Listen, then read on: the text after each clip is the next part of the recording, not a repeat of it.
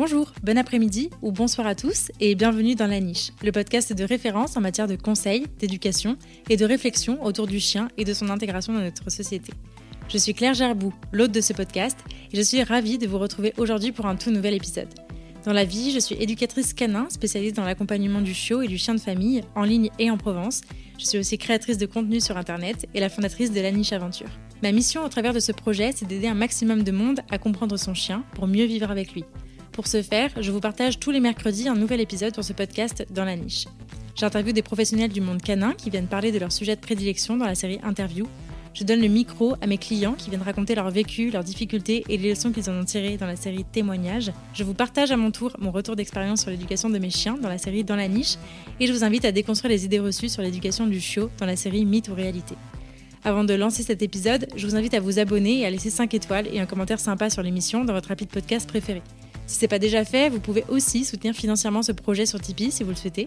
Sachez que vos contributions assurent la pérennité de mon travail et m'aident à le faire connaître au plus grand nombre, et pour ça, je vous en remercie. Pour encore plus de découvertes, de conseils et d'inspiration, vous pouvez aussi vous abonner à ma newsletter et me suivre sur YouTube, Instagram et Facebook. Vous retrouverez tous les liens en barre d'infos de cet épisode. Et je suis ravie de vous partager aujourd'hui ma conversation avec Manon. Manon est l'heureuse humaine de Noubé, petit beagle de 2 ans que j'ai la chance d'accompagner sur le sujet de la prédation depuis un petit moment. Dans ce témoignage, Manon revient sur son parcours avec Noubé, son ressenti face à ses comportements intenses et forts en émotions qui nous dépassent un peu. Entre génétique, aménagement de l'environnement, routine et sécurisation de tout le monde, voilà un chouette épisode qui retrace ce processus dans l'accompagnement de la prédation.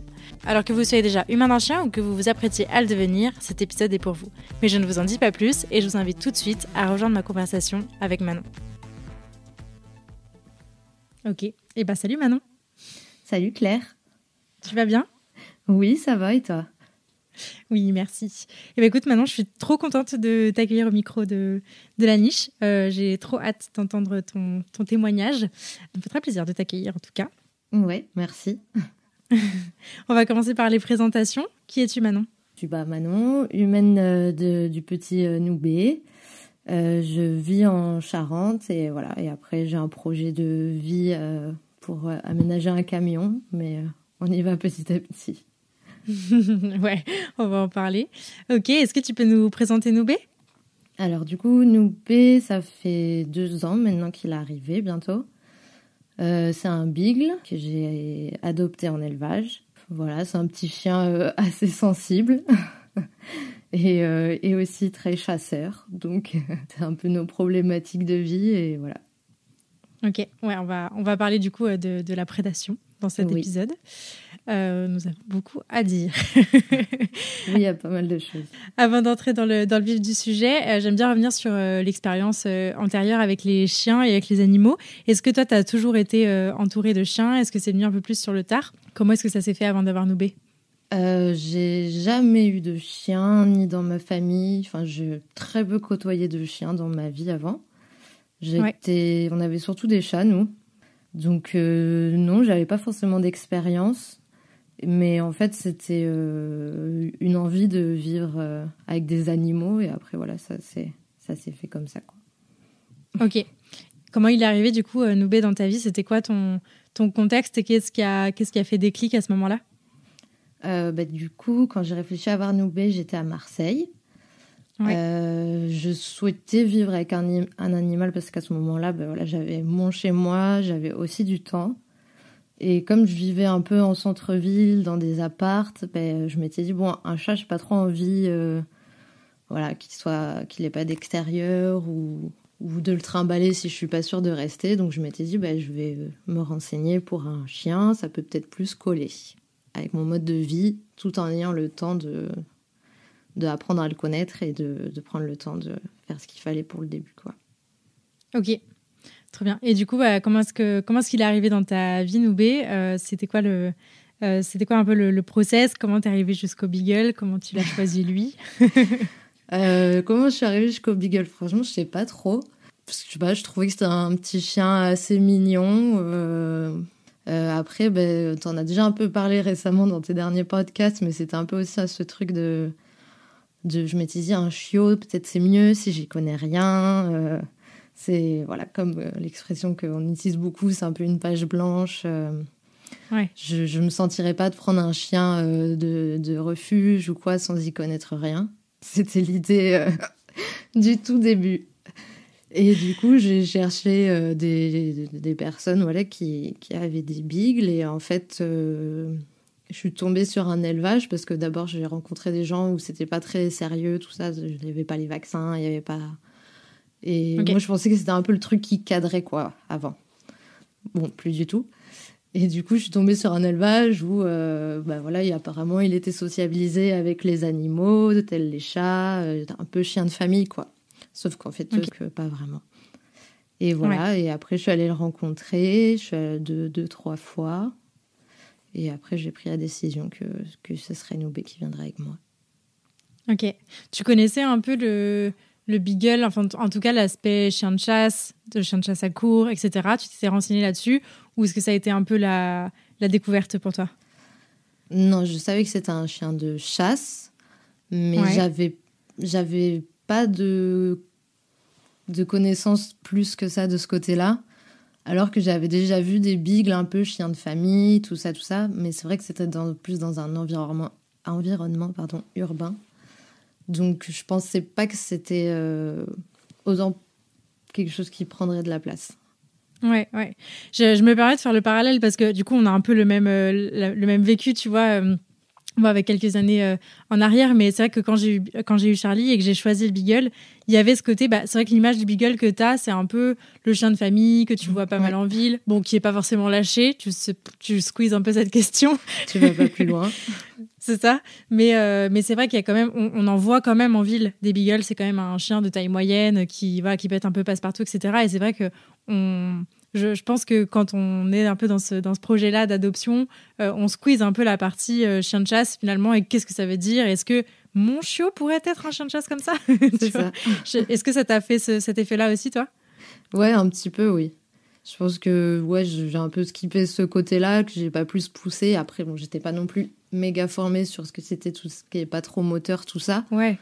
Donc je m'étais dit, j'ai quelques modèles, pas énormes, mais de beagle où il y a pas ces difficultés-là. Et du coup, ça pourrait matcher, quoi. Et je me souviens plus l'élevage que tu avais sélectionné. Est-ce qu'ils chassaient avec les chiens? Alors, non, je pense pas. C'est pas spécialement... Non, ils chassaient pas, voilà. Par contre, ils étaient en extérieur, je pense, et il n'y avait pas énormément, ça je m'en suis rendu compte après, de travail d'éducation, d'éveil, de sociabilisation, voilà. Enfin, il n'y avait pas les premières étapes de vie, quoi. Ouais, malgré les mots-clés que tu avais pu lire un peu sur leur site. Ouais, c'est ça. Comme socialisation aux autres animaux, etc. Ouais. Si jamais, je le pose ici, je me permets de faire des parallèles, parce que du coup, oui, c'est quand même... si jamais je le pose ici, mais c'est vrai que sur les élevages de beagle, ce qu'il faut savoir, c'est que c'est quand même... effectivement, il y a un peu cet effet de mode du beagle. Il y a pu avoir un peu cet effet de mode du beagle, peut-être un peu moins maintenant. Mais ça reste quand même des chiens de chasse sur les quelques générations qui précèdent. Il y a quand même beaucoup d'individus qui chassaient. Et donc, c'est vrai que moi, à l'époque, donc il y a 5 ans, 6 ans maintenant, quand j'ai commencé à regarder un petit peu les élevages, en fait, il y avait beaucoup d'élevages qui vendaient les chiens pour chiens de chasse et chiens de famille. Et du coup, c'est vrai que c'est aussi pour ça, je pense que j'ai un peu squeezé cette partie chien de chasse, c'est que j'ai entendu chien de famille. Oh, parfait, tu vois, c'est exactement ce que je veux. Exactement, et tu retiens que ça. Et en fait, tu vois, moi, j'ai découvert 1 an après, en fait, parce que la maman de Charlie est décédée lors d'une mise bas. Et en fait, du coup, l'éleveuse avait fait tout un petit post pour raconter un peu la vie de cette chienne. Et c'est là que j'ai appris, en fait, que sa mère était sa meilleure chasseuse qu'elle avait, tu vois, dans son cheptel de chiens. Et je me suis dit, ah oui, ok, ça explique du coup pas mal de trucs. Oui, c'est sûr. Mais du coup, c'est vrai que c'est quand même un vrai truc quand on s'intéresse aux élevages, et je pense que c'est le cas dans plein de races différentes aussi, mais c'est vraiment d'aller vraiment chercher ce que font les parents au quotidien dans leur vie de chiens reproducteurs, parce que généralement, ils font pas que ça. Et s'il y a de la chasse, bon, ça peut mettre un peu la puce à l'oreille, quoi. Oui. Non pas que ce soit pas des chiens à adopter, mais en tout cas, voilà. Je pense que oui, clairement, ses grands-parents, ses parents, ils ont peut-être effectivement été utilisés pour la chasse, mais c'était pas spécifié. Par contre, quand j'ai lu le descriptif, de la portée qu'il y avait. Mais je pense que oui, c'était clairement un élevage où, en tout cas, potentiellement, il y avait des personnes qui allaient acheter leur beagle, adopter leur beagle là-bas pour chasser, quoi. Ouais. Ce qui différencie du coup la lignée de travail de la lignée de beauté et qui fait quand même des chiens très différents d'un individu à un autre, quoi.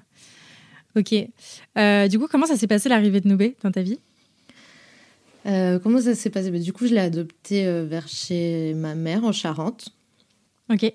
Donc au début, les premiers jours, quand je suis allée le chercher, je me suis vite rendu compte qu'il avait peur de beaucoup de choses, notamment la voiture. Quand je l'ai récupéré, c'était un peu compliqué. Et du coup, il est resté avec moi une semaine, du coup, plutôt campagne, dans le coin, voilà, tranquillement. Et après, on est parti à Marseille, chez moi, du coup, où j'étais à l'époque. Et c'est là que j'ai découvert que ça allait être compliqué, la ville, avec Noubé. C'était un truc que j'avais pas du tout appréhendé dans ma tête, le fait que un changement d'environnement, effectivement, c'était quelque chose à travailler par étapes. Même si ça paraît logique, à l'époque, j'avais pas ça en tête. Ok, t'étais en plein centre de Marseille ? Ouais, plein centre de Marseille, en appartement. Et dans ma tête, je me suis dit, c'était pas très grave, parce qu'au pire, on va se balader un peu plus loin, je peux prendre la voiture, tout ça. Sauf que, en fait, il avait tellement peur qu'il voulait même pas juste sortir pour ce qui était des besoins. C'était vraiment compliqué, même une sortie de 5 minutes dans ma rue. Ok. Et du coup, c'est quoi il avait peur des voitures, il avait peur du bruit, c'était un peu généralisé comme ça. Chez toi, il était bien ou c'était compliqué ? Chez moi, il était bien. Dans l'appartement, il était bien. Mais c'était vraiment, dès qu'on sortait, c'était toute la stimulation qu'il connaissait pas, en fait, les bruits, les odeurs, les passages de gens, de scooters, de voitures. Oui, pour ceux qui ne connaissent pas Marseille, en plus, Marseille est une ville quand même assez animée, où il se passe des trucs un peu what the fuck tout le temps. Donc, c'est pas forcément simple. Ouais, non, c'est sûr que là, je me suis dit, ah oui, j'ai peut-être fait une erreur.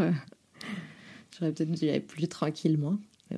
Ok, du coup, il me semble que tu t'es rapidement fait accompagner par un éducateur.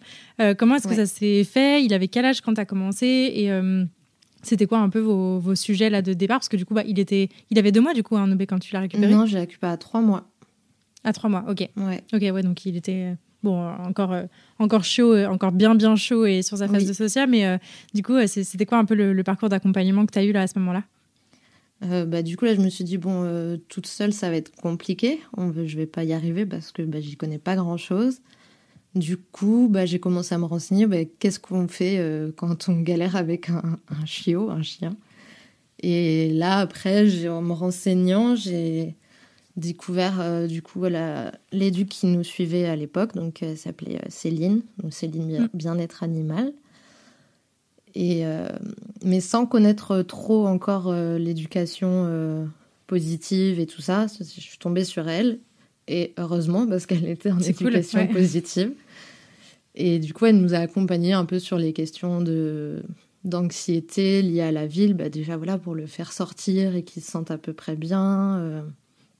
Donc, on a vraiment travaillé ça, on va dire l'habituation, je crois. Ouais, voilà. Ouais. Parce que en même temps c'était compliqué parce que c'était le lieu où on vivait, donc malheureusement on sortait, même si après je partais pour aller me balader ailleurs, il fallait à un moment donné qu'on sorte et qu'ils se sentent un peu à l'aise au moins ce temps-là. Donc on a vraiment travaillé la ville, le fait qu'ils soient un petit peu connectés, tout ça, et après les choses qui viennent avec un chiot, la propreté, les premiers croisements avec d'autres chiens. Voilà. Ouais. Ok. Tu t'es sentie comment à ce moment-là ? Est-ce que ça a été compliqué de créer du lien avec lui ou est-ce que ça s'est fait de manière assez fluide ? Non, ça a été compliqué de créer du lien avec Noubé parce qu'il était toujours un peu sur autre chose, comme s'il n'était pas très intéressé par l'humain en général. Ouais, donc c'était assez difficile, surtout de voir qu'il se sentait pas bien au quotidien. Donc forcément, s'il se sent pas bien, il n'est pas forcément à même d'avoir des apprentissages très serein, donc ça fait que pour travailler la confiance, ça prend du temps. Donc non, ça a été compliqué, étape par étape. Et ça a commencé à venir, notamment, je pense, quand on a déménagé dans un quartier plus tranquille et où là, il avait des espaces un peu plus... Quand il sortait de chez lui, un peu plus serein, quoi. Donc là, on a toujours à Marseille, là, du coup, c'est ça ? Ouais, toujours à Marseille, mais moins dans le centre-ville. Ok. Et du coup, là, on a pu commencer à travailler le lien, quoi. Ouais. Ok. Il avait quel âge à ce moment-là ? 4-5 mois quand j'ai déménagé. Ok. Ouais, donc tu as quand même eu ces 2 premiers mois de flottement avec ok, j'ai un chiot et ça se passe pas vraiment comme j'avais prévu, quoi. Ouais, c'est ça. Ouais. Ouais, puis t'as l'idée que ton chien, il est content d'être avec toi, il a envie d'aller se balader, il a envie de découvrir de nouvelles choses, sauf qu'en fait, il était tellement pas rassuré, Bichette, que c'est tout ça, tu te dis, mais mince, qu'est-ce que j'ai mal fait, comment on va faire pour avancer, je ne les mets pas dans une situation propice à son bon développement, quoi. Tu t'as beaucoup culpabilisé d'être dans un environnement qui lui était compliqué ? Ouais, beaucoup. Ouais. Ouais. J'ai l'impression. Oui. Ouais. Bon, après, on va en reparler du coup, parce que Noubé et la ville, c'est un sujet que l'on traînasse un petit peu jusqu'à maintenant, qui perdure un peu. Mais ok. Et comment ça s'est... Donc, je sais qu'après, tu as déménagé, du coup, tu es reparti en Charente, du coup, c'est ça ? Ouais. Est-ce que tu veux nous raconter un peu comment ça s'est passé et puis les nouvelles, le nouveau Noubé que tu as rencontré à ce moment-là ? C'est ça, ouais. Du coup, je pense que quand j'ai déménagé un peu au milieu de son adolescence, parce que voilà, personnellement, je me sentais plus très bien à Marseille et j'avais un peu envie de changer de projet de vie. Donc du coup, j'ai eu envie d'aménager un camion. Et pour ça, il fallait que je rentre chez ma famille pour avoir le temps et pouvoir... et l'aspect financier, voilà, de ne pas avoir un appart et pouvoir faire un van. Donc on est rentré en Charente, chez ma mère, sachant qu'elle habite paumée en pleine campagne, mais vraiment paumée. Dans les champs. Dans les champs, avec rien. Enfin, si, du gibier. Voilà, du coup, c'est un peu ce qu'on a découvert en arrivant ici. Je sais pas, il devait avoir 10 mois. 10 mois, ouais. C'était quoi, été 2023, un truc comme ça. Ouais. Et du coup, on est arrivé ici et c'est là que j'ai découvert les problématiques de la chasse, de la prédation, qui étaient tout nouveau parce que pour le coup, même si on rencontrait un peu des problématiques de stress, tout ça, on avait quand même réussi à bien avancer dessus et à avoir un quotidien serein, apaisé et tout. Niveau anxiété, du coup, quand t'es partie de Marseille, ça allait mieux quand même déjà par rapport à la ville ? Ah oui, il était bien en ville. Après, il avait, toujours certaines peurs, notamment des gros bruits de moteur, des gros bruits un peu comme ça, des trucs qui pètent, qui surprennent. Mais sinon, non, au quotidien, on se baladait bien. Il avait des bonnes relations avec quelques chiens. Ça se passait bien. Ouais. C'était un peu ton moment de soupape aussi, ça y est, finalement le projet que j'avais en tête arrive à être réalité, quoi. Un peu, ouais. Okay. Et du coup, c'était bien. On a commencé à être bien tous les deux. Et puis là, j'ai décidé de rentrer à la campagne. Et... J'imagine en plus en te disant si à la ville c'est pas fluide, à la campagne ça lui ira mieux, il aura plus de grands espaces, etc. etc. Ouais, il y avait un peu cette idée-là derrière. Ouais. Oui, c'était un peu ce truc de il va être trop bien à la campagne, il va avoir plein d'espace, et on sera plus autant, cadré par le rythme de la ville, et voilà. Faux espoir. Ouais. Du coup, t'arrives en Charente, dans les champs, donc. Dans les champs. Tu commences tes premières balades, et là tout de suite c'est arrivé la prédation ou ça a mis quelques temps avant de se déclencher? Alors, j'ai pas souvenir précisément. Je pense que j'occulte les choses. Mais, le traumatisme est là, ouais, est là-dedans. Clairement. Mais déjà, Noubé, on se balade en longe et on se baladait déjà en longe. Parce que même si on était en ville et que ça se passait bien, voilà, le focus et le rappel, c'est des choses qu'on a mis du temps à comprendre, comment ça fonctionnait, pourquoi c'était compliqué avec Noubé. Donc déjà, on est arrivé à la campagne, il était en longe. Il n'est pas arrivé lâché dans les champs. Heureusement, je pense. Ouais. Mais j'ai quand même découvert un Noubé qui chassait, donc un chien qui d'un coup se met à renifler avec un petit bruit de cochon, qui accélère à toute allure et qui là pousse un énorme cri d'un coup hyper aigu, qui s'ensuit de plein d'aboiements. Et là, j'ai découvert le Beagle en train de chasser. Comment tu l'as vécu? Est-ce que tu as souvenir des premières fois là où tu as vu ça? Genre, ce que ça a généré chez toi? Oui. Ouais, je pense que ça générait d'abord de l'incompréhension. En me disant, ça c'est aussi intense. Je pensais pas, c'est vraiment un peu pas de la sidération forcément négative, mais plus de la surprise, quoi. Ouais. Ok, c'est comme ça. T'es un peu choquée de ce qu'il peut faire. Ouais, intense. Et puis après, je me suis vite rendu compte que c'était quand même assez récurrent, parce que nos chemins de balade, c'était vraiment du champ. Et là, je me suis dit, bon, ça va pas le faire. On va avoir besoin d'aide. À ce moment-là, on est en plein été, donc c'est pas vraiment la saison ni de la chasse, ni trop de la reproduction. Normalement, généralement, l'été, on est tranquille, entre guillemets. Un peu plus tranquille. Un peu plus tranquille. Et pour autant, il y a ça qui se déclenche. Je crois que tu m'as appelé, t'as commencé à me faire appel peu de temps après. Il me semble que c'était en septembre, si je dis pas de bêtises, quelque chose comme ça, peut-être en août. Oui, je pense que c'était vers la rentrée, oui. T'étais dans quel état d'esprit à ce moment-là et qu'est-ce que t'attendais de moi finalement à ce moment-là? Ouais, je pense qu'à ce moment-là, en termes d'état d'esprit, j'étais un peu perdue parce que du coup, c'était pas une problématique que j'avais rencontrée avant et je savais pas comment la travailler. Donc j'avais besoin d'être un peu guidée, d'avoir un peu de soutien, de comprendre aussi si c'était normal, parce que même si je me disais que c'était un chien de chasse, je savais pas si à ce point de chasser, c'était... Enfin voilà, qu'est-ce qui se passait, quoi. Ouais. Et donc j'ai fait appel à toi parce que du coup, je cherchais quelqu'un qui aurait potentiellement un peu vécu ça, les questions de prédation, et aussi quelqu'un, vu que maintenant je connaissais, en positif. Donc j'ai vraiment cherché quelqu'un qui avait vécu ça, qui avait des infos sur ce sujet, et je trouvais pas autour de moi, en physique. Et donc là, je me suis dit, est-ce que peut-être ça existe à distance ? Et donc j'ai commencé à regarder, c'est grâce un peu au réseau, tout ça, que j'ai vu...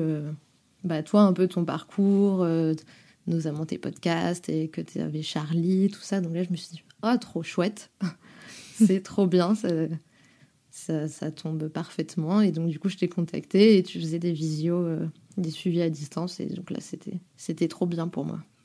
Ouais, ce qui était chouette aussi dans cet accompagnement, c'était vraiment que...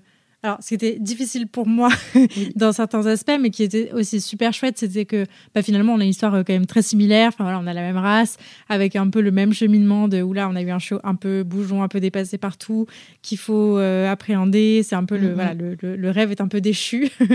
Et puis ensuite, on réapprend. Et après la prédation qui arrive, généralement, c'est un parcours assez classique chez les humains de Beagle, mais là effectivement ça résonnait beaucoup, donc ça c'était très chouette. Moi je me souviens du début de notre accompagnement avec ce truc de cette demi-acceptation et en même temps ce demi-rejet aussi du truc de c'est pas n'importe quel comportement, les comportements de prédation, parce que c'est pas qu'on peut pas contre-conditionner, mais il y a quand même un aspect très génétique là-dedans, ce pourquoi le chien est fait en fait, et ça l'emporte tellement, avec tellement d'intensité, tu le disais, qu'il y a aussi ce truc là où on se dit en fait genre, ça va être ça, mon quotidien avec mon chien, en fait. Et je me souviens que quand t'es arrivé sur les premières séances, le premier bilan qu'on a fait, t'avais un peu ce truc-là de te dire, genre, s'il te plaît, dis-moi que ça va passer. Ah oui. Est-ce que tu te reconnais là-dedans ? Oui, complètement. Oui, parce que c'était la première fois que je voyais ça comme ça, et que ça emportait un peu tout sur notre quotidien. C'est-à-dire que on avait un peu réussi à travailler avant, voilà, le fait qu'il soit un petit peu focus, qu'il soit pas forcément seul quand il est en balade, enfin, qu'il ait pas l'impression. Et en fait, tout ça, ça avait fait... Fiouf, tout ça, c'était envolé d'un coup. Et là, j'étais là, oh oh. Et c'était un peu dur de se dire, ok, si c'est tout le temps comme ça, où je vais trouver l'énergie de le gérer.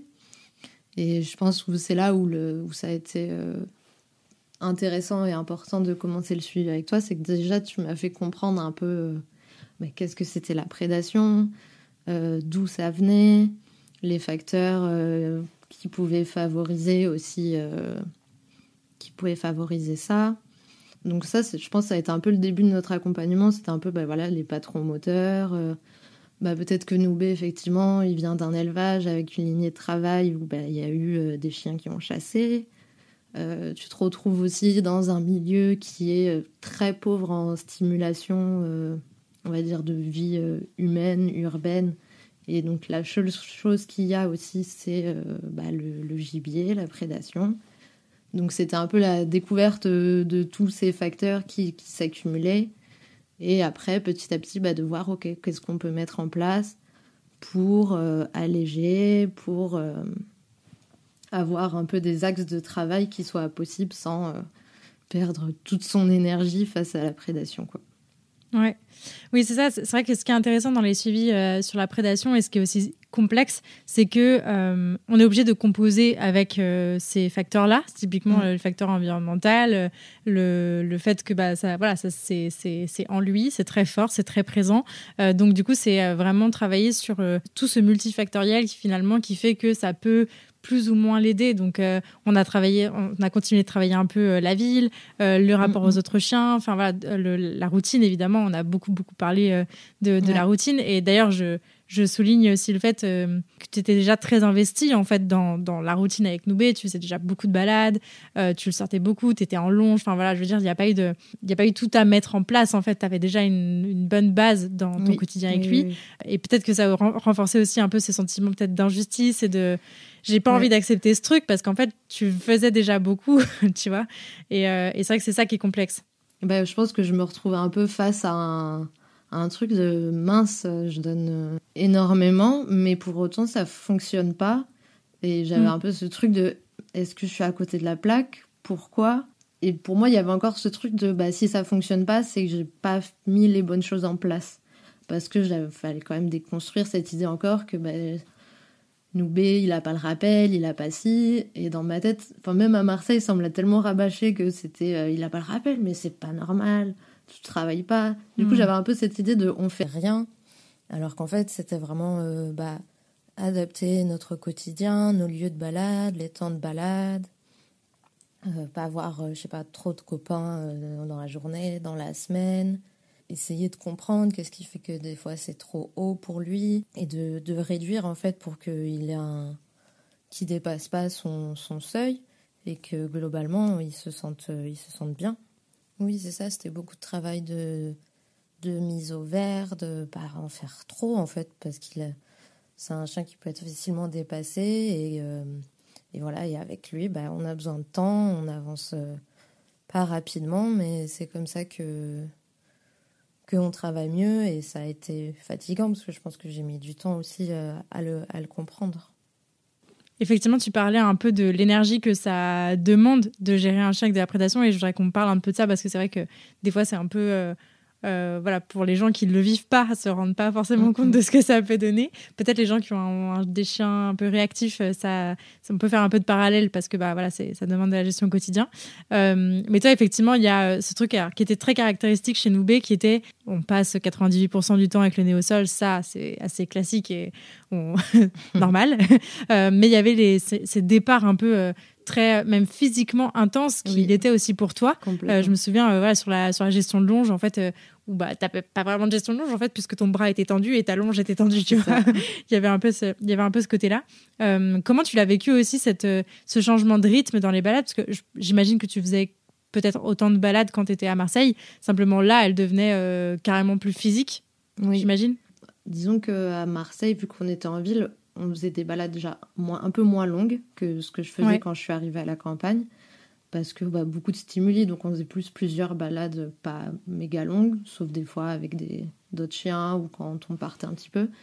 Et qu'ici, c'était, en tout cas au début, avant de mettre en place la gestion de la routine et tout ça, on était quand même plus sur des plus grosses balades et où en même temps on se confronte très rapidement à la prédation parce qu'en fait je sors de la maison, on est dans des champs. Et du coup là c'était là où on a mis un peu en place toute la gestion de la routine pour voir qu'est-ce qui pouvait correspondre pour apaiser et avoir un peu moins de prédation. Mais c'est vrai qu'on se retrouvait directement souvent dans la prédation et la gestion était effectivement difficile parce qu'il y a des fois où moi j'avais pas forcément encore l'œil pour voir les premiers signaux pour dire qui partait de départ ouais. Voilà. Et effectivement plusieurs fois la longe je l'ai lâchée, des fois c'était le mousqueton qui a lâché et je me retrouvais sans Noubé quoi. C'est ça, c'est ce que j'allais dire. Il y a eu un gros point central, je trouve, de notre accompagnement, ça a été ce rapport à l'extérieur pour Noubé et à la liberté. Du coup, parce que il s'agit de ça. Toi, la particularité que tu as eue avec Noubé, c'est qu'il est parti. En tout cas, il a la capacité de partir, parce qu'on ne va pas parler vraiment au passé, même si touchons du bois pour aujourd'hui. Oui. J'espère que là, il est encore quelque part dans la maison. Est-ce que tu peux nous en parler de ça ? Quand est-ce qu'il est parti pour la première fois et comment est-ce qu'il part quand il part ? Comment est-ce qu'il part ? Alors, il a eu plusieurs techniques pour partir. Pardon, ça me fait rire. Le bougre. Ouais, vraiment. Je pense qu'au début, c'était plus lié à des problèmes techniques en balade. Une vieille longe, la sangle qui pète, un mousqueton qui est pas sécurisé et qui se défait tout seul alors qu'il tire pas, et lui qui capte très vite que y a plus rien derrière moi et qui part. Moi qui lâche parce que j'ai pas fait attention que là il allait partir et du coup je m'attendais pas à qu'il mette autant de pression, de poids. Donc ça c'est quand on est en balade, chose qui n'arrive plus en balade. Et après, la deuxième manière dont il s'échappe, c'est de la maison, en usant de stratégies et de discrétion. Il passe entre nos pattes pour quand on ouvre la porte d'entrée, quoi. Ouais. Sachant qu'il n'y a pas de barrière, il n'y a pas de portail, donc quand il sort par la porte, il est dehors, quoi. C'est ça aussi qu'on a pas mal travaillé aussi, ce rapport à... finalement, il y a un jardin, mais qui n'est pas clôturé. Donc, Noubé, il n'a pas la possibilité d'être dehors. Il n'a jamais vraiment eu cette possibilité de pouvoir être dehors en étant serein. Et c'est vrai que des fois, c'est là que... en tout cas, moi, c'est vraiment quelque chose qui m'avait beaucoup aidé avec Charlie, ce rapport à... et globalement, je pense que les chiens qui sont élevés en chenil, ils ont grandi en étant en dehors. Donc, ça change quand même la donne quand ils se retrouvent enfermés.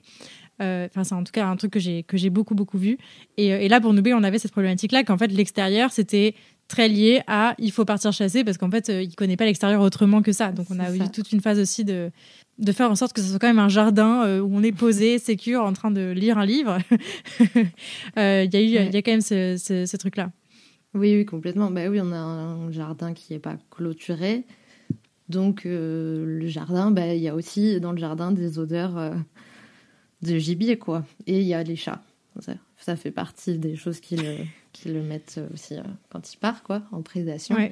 Donc oui, c'était vraiment comment on fait pour qu'il soit pas autant attiré par la porte d'entrée, qu'il soit en vigilance dès qu'il y a du mouvement d'entrée et de sortie, et aussi petit à petit associer l'extérieur à un endroit où on est calme, où on fait rien, on s'ennuie, et où on n'est pas forcément en mouvement.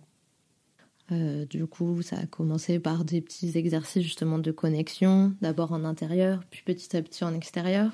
Mettre en place aussi des fois la mastication en extérieur, voilà, pour associer des moments de chill, de rien, à on est aussi dehors, quoi.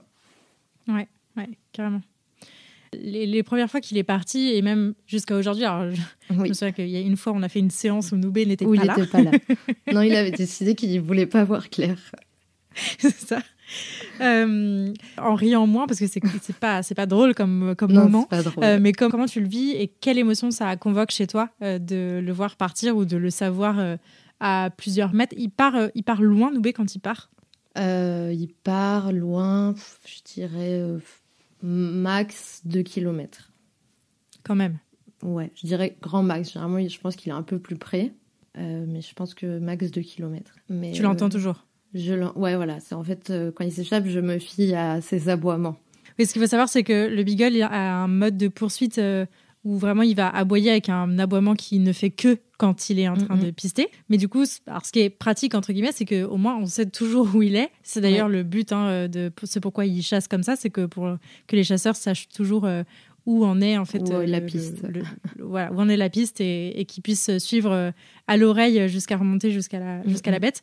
Mais globalement, ils ont quand même cette capacité de poursuivre jusqu'à épuisement, donc ça dure longtemps. Et Noubé nous le prouve. Bah ça, c'est un peu ce que tu m'avais dit la première fois, il s'est échappé, j'étais là, ah oui, d'accord, jusqu'à épuisement, ok.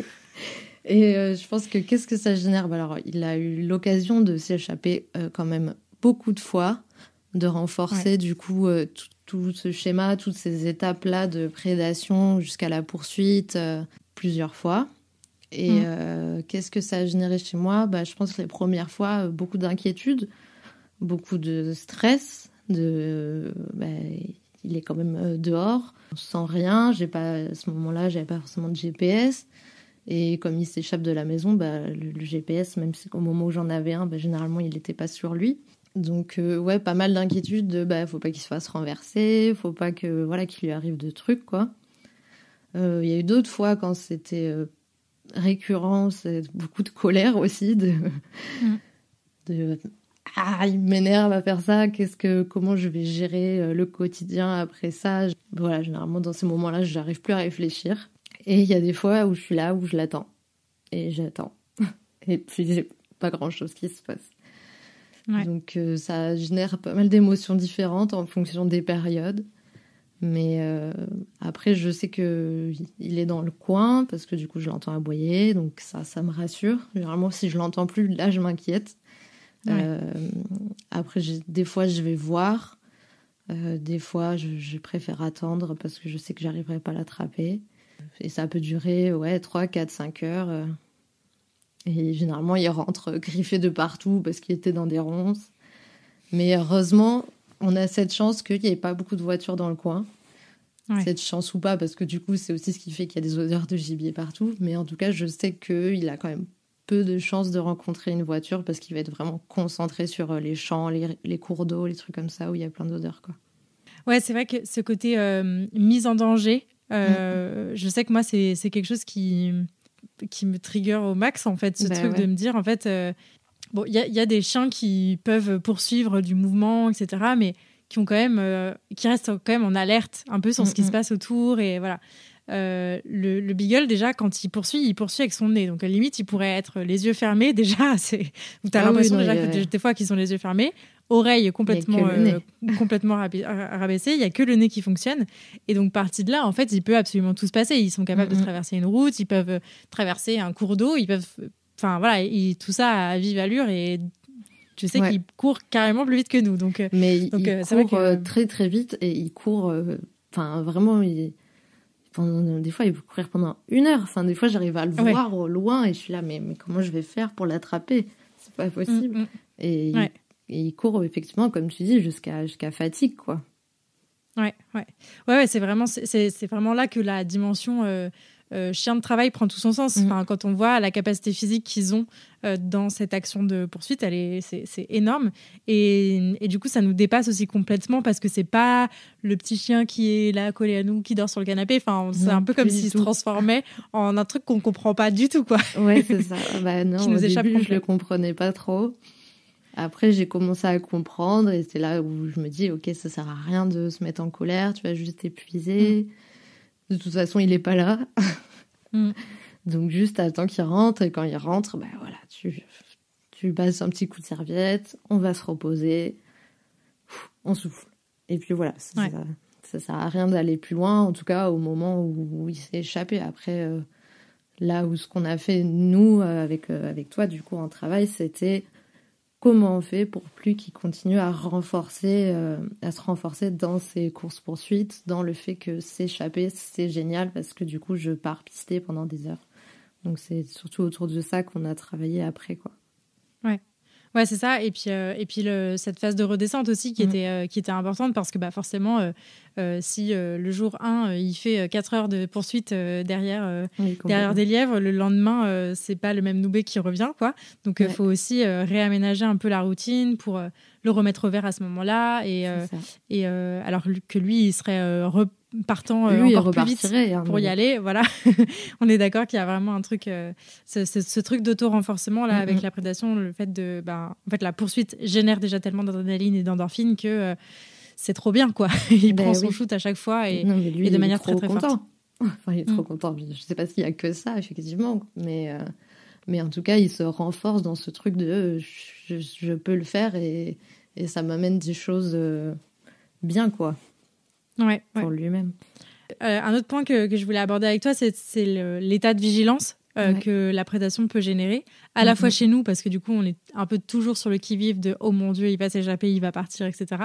Ce qui rend le rapport au degré de liberté qu'on laisse à son chien assez compliqué, au final. Et l'état de vigilance aussi que notre chien commence à développer, parce qu'en fait, il est un peu en alerte de la moindre faille de sécurité qui pourrait arriver, etc.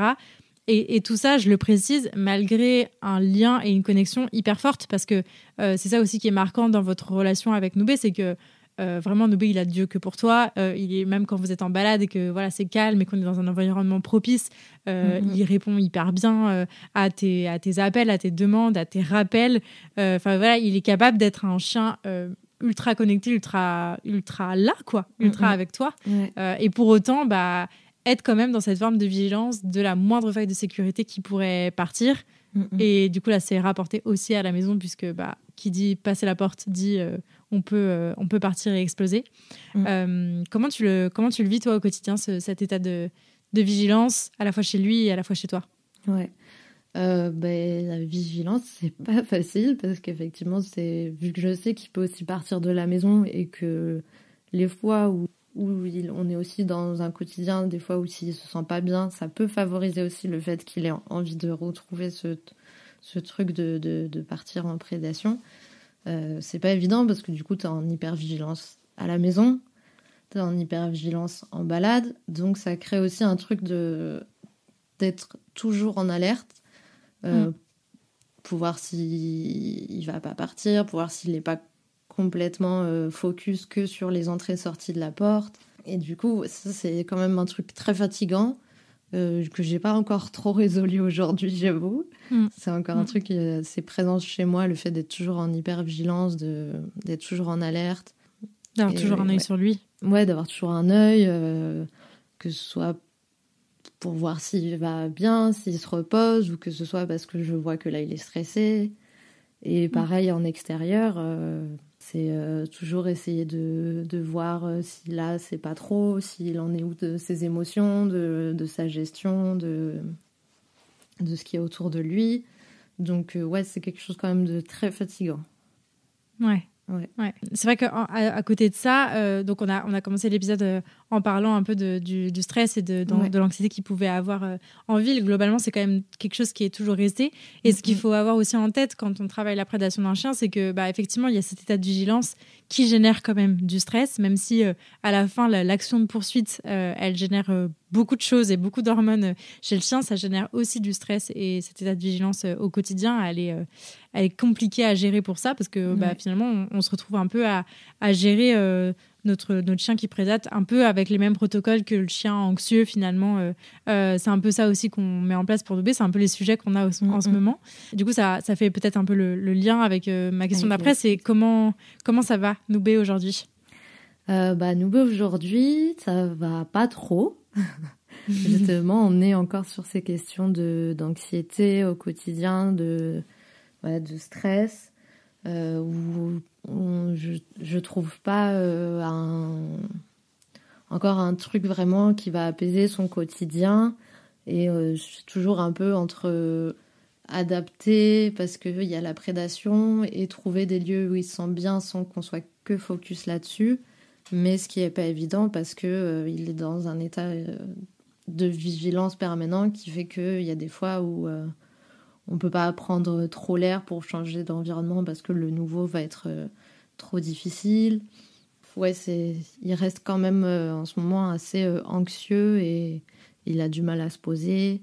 Mais voilà, on adapte, on évite de se retrouver trop face à la prédation pour qu'il ait que ça à faire, parce que c'est aussi ça le truc, c'est que vu qu'on peut pas forcément trop bouger, parce que pour l'instant c'est encore un peu difficile, c'est pas choisir l'option d'être tranquille dans un champ, parce qu'au final on n'est pas tranquille dans un champ, c'est juste que lui va trouver une autre stimulation du fait qu'il n'y en ait pas autour. Ouais. Donc, sachant qu'à l'heure où on enregistre, on est en plein mois de novembre, pleine période de chasse, c'est nickel. Pleine période de chasse, on est ravis. Ouais. Ok, donc quand même la prédation, ça va un peu mieux. La prédation, de ton côté, ça va avec un peu mieux. Toi, tu te sens comment par rapport à cette problématique-là, même si ça reste difficile parce que ça reste des aménagements et voilà, on est un peu toujours en recherche perpétuelle de la routine qui convient à Noubé. Mais globalement, par rapport aux problématiques de départ pour lesquelles tu m'as appelé, toi, comment tu te sens et comment tu les appréhendes? La prédation, oui, je pense que ça va mieux aujourd'hui parce que déjà, avec le travail qu'on a fait, avec les séances qu'on a eues, je pense que déjà j'ai un peu aussi avancé sur l'acceptation, voilà, que ce soit un chien qui prédate, qui fait que il n'a pas besoin d'être connecté à l'humain H24. Donc je pense que j'ai un peu lâché là-dessus aussi, ce qui fait que je vais peut-être moins me focus sur le fait qu'il y ait de la prédation, mais on continue quand même de faire en sorte d'aménager pour pas que ce soit un truc qui soit à chaque balade. Et je pense aussi que j'ai un peu avancé sur analyser ce qui favorise un peu la prédation, donc le fait qu'il soit stressé, la météo, et on a avancé aussi en ayant des petits exercices qui aident à faire qu'il ait un retour au calme plus rapidement, qui trouve autre chose de bien à faire en balade, quoi. Ouais. Et puis sur les départs aussi, moi je me souviens que les dernières vidéos que tu m'as envoyées là-dessus aussi, il est aussi capable beaucoup plus de renoncer à des pistes qu'avant. Alors de renoncer, on s'entend, en tout cas de venir faire autre chose qui soit tout aussi cool, mais l'intensité a quand même réduit aussi, il me semble. Oui, l'intensité a quand même un peu réduit. On arrive parfois sur certaines odeurs, notamment ce qui va être un peu moins gibier, je sais pas, type chat, écureuil, à pouvoir un peu regarder. Sans qu'ils partent. Si par exemple on n'est pas en mouvement parce que je sais pas, on a fait une pause et qu'il y a un lapin qui passe, il peut regarder parce que le fait qu'il lui soit pas en mouvement, il va moins partir. Donc il y a des petits trucs comme ça petit à petit qui fait que effectivement c'est moins intense. Là, par exemple hier on a une situation très cocasse où du coup on se balade sur la route parce que c'est lundi férié, c'est la chasse. Et là, je vois au loin un chien dans le champ avec son humain chasseur. Et là, une biche, genre entre Noubé et le chien de chasse de l'autre côté à 500 mètres, qui est en état de sidération, qui bouge plus parce qu'elle se retrouve entre deux chiens, donc un qui chassait et un qui était en balade avec moi, du coup Noubé. Et là, je me suis dit, c'est la pire situation ever. Et franchement, il a bien géré parce qu'il était tellement déconcentré par l'autre chien et je pense que c'est les odeurs du chien de chasse aussi qui le font pas mal monter pour le coup, que il a un peu pimé en regardant la biche, mais il est pas parti dessus, quoi. Donc et ça c'est chouette. Et ça c'est bien, même si la situation, je pense, a fait qu'il y avait d'autres facteurs qui ont fait qu'il est pas parti, mais on a quand même pu observer un peu la biche, quoi. Ouais. Moi, ce que je trouve cool, c'est que tu as vraiment gagné en compétences, en lecture, en anticipation aussi. Tu vois, on en parlait de ces fameux départs en poursuite qui, au début, nous prennent vraiment de court et qu'après, on peut petit à petit apprendre à lire. C'est une façon de renifler, c'est une posture d'oreille, une posture de queue à ce moment-là. Petite accélération de pas. Une petite accélération de pas, un petit couinement qui... moi, je sais que quand il y a quelques mois encore, je me baladais avec des copines, Charlie était en liberté ou avec sa longe et elle me voyait vite me dépêcher vers Charlie alors qu'elles avaient vu aucun changement. C'est dans ces petites actions-là, tu vois que t'as gagné. Alors bon, certes en vigilance, mais aussi en capacité de sécuriser en fait la situation. Et ça, mine de rien, c'est le plus important, comme on se disait, pour éviter qu'il s'auto-renforce à chaque fois, quoi. Et ça, vraiment, c'est précieux. Ouais, je pense que la lecture, ça fait aussi que, du coup, en tant qu'humain, on peut l'anticiper et on peut aussi travailler le fait qu'il n'aille pas monter en excitation trop haute pour voir que ça comment redescende. on peut la gérer, si c'est OK qu'on aille un peu sentir, ou est-ce que là, on sent que ça va partir trop et qu'il va être trop dans la frustration, ce qui ne va pas aider à qu'ils se sentent bien. Donc, je pense que la lecture aide pour travailler justement la prédation et faire que ce soit peut-être plus apaisé et que si on peut, nous, on n'en est pas encore là avec Noubé, mais aller sur l'odeur et partager l'odeur. Nous, on n'en est pas encore là, c'est encore difficile, mais ça aide à dire « Ok, on va faire demi-tour ». Et il est OK pour faire demi-tour sans partir dans tous les sens. Là où avant, c'était impossible. Là où avant, c'était pas possible, ouais. Et mais ouais, en fait, c'est vraiment ce travail aussi d'accompagnement dans les émotions. Bah oui, en fait, la moindre odeur va générer un énorme pic. On va monter tout en haut de la vague. C'est la tempête émotionnelle. Et comment est-ce qu'on arrive à redescendre petit à petit sans forcément devoir l'extraire de l'environnement, quoi. Bah, c'est ça. Et donc, ça c'est super chouette. Et moi, c'est là aussi que je t'ai vu évoluer, du coup, en une bonne annne. Là, maintenant, ça fait une bonne année qu'on a commencé le suivi maintenant. Un an. Donc, non, c'est cool. Bah oui, trop chouette. Qu'est-ce que ça t'a appris de vivre avec Noubé jusque-là? Oh, ça m'a appris tellement de choses, déjà sur le monde du chien. Ouais. Que ce soit le chien en tant que tel, sur tout l'aspect psychologique et tout ça, que sur le chien et l'humain. Je sais pas, c'est vraiment un monde intense avec plein d'infos. Et du coup, ça m'a appris vraiment à savoir le lire, à comprendre des communications qui sont peut-être plus discrètes. Et le comprendre aussi parfois, là où il y a des situations où avant j'étais désemparée. Et après, sur moi-même, je pense que la gestion de tout ce qui va être nos émotions, qu'elles soient négatives, positives, ça nous met parfois beaucoup face à nos difficultés de gestion des émotions par rapport à nous-mêmes. Donc je pense que ça m'a quand même fait évoluer là-dessus, sur la patience, le calme, que quand on est en colère, ben voilà, faut pas rediriger sur Noubé, Enfin voilà, c'est beaucoup de choses liées, je pense, à la gestion des émotions, quoi. Ouais. Trop cool. Est-ce qu'il y a des ressources que tu aimerais partager à nos auditeurs? Oui, il y a quelques ressources. Alors moi, je lis pas beaucoup en ce moment, enfin depuis un petit moment. Du coup, de ce côté-là, j'ai pas grand-chose. Mais il y a quoi? Il y a déjà des podcasts que j'écoute très souvent. Autant qu'avec les pros qu'il peut y avoir, que maintenant les nouveaux témoignages avec voilà, les gens que tu suis aussi.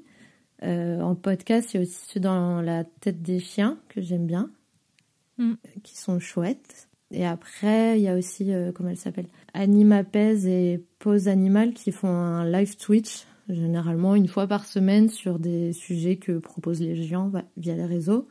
Et du coup, c'est pas mal, je trouve, parce que c'est interactif, donc si on peut poser des questions, ça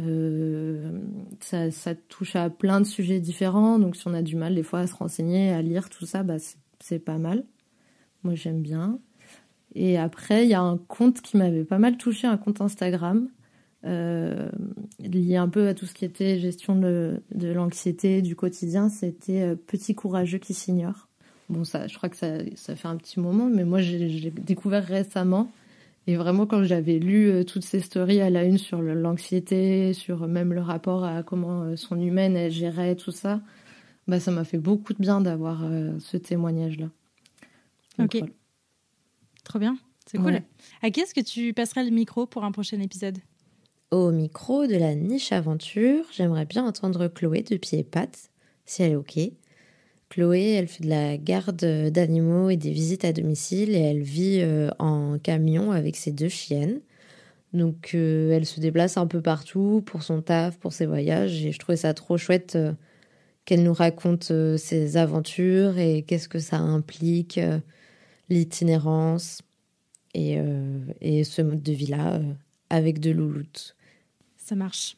Bon, bah, trop cool. Bah, merci beaucoup pour toutes ces ressources. Je les mettrai en barre d'infos de l'épisode. Merci. Trop chouette. Merci beaucoup, Manon. C'était trop cool. J'aimerais parler encore des heures de ce suivi parce qu'il était passionnant pour moi et je suis quand même contente de toutes les évolutions qu'il y a, même si pour l'instant, en ce moment, c'est pas une phase très haute pour nous, mais on va retourner dans la phase haute. Quand on est en bas, il faut taper le fond de la piscine pour remonter. C'est ça.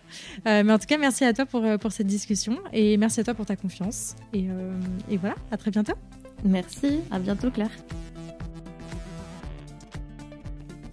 Merci beaucoup de nous avoir écoutés jusqu'au bout et d'avoir passé ce petit moment avec Manon et moi. J'espère que ce nouvel épisode vous a plu et si c'est le cas, je vous invite à en parler autour de vous et à le partager sur les réseaux sociaux en me taguant @lanicheaventure. Pour enrichir votre écoute, ne rien rater des prochaines sorties et pourquoi pas vous faire accompagner dans l'éducation de votre chien, n'hésitez pas à visiter mon site, à soutenir mon travail sur Tipeee, à vous abonner à la newsletter et à me rejoindre sur les réseaux sociaux. D'ici là, prenez soin d'eux, prenez soin de vous et je vous dis à la prochaine!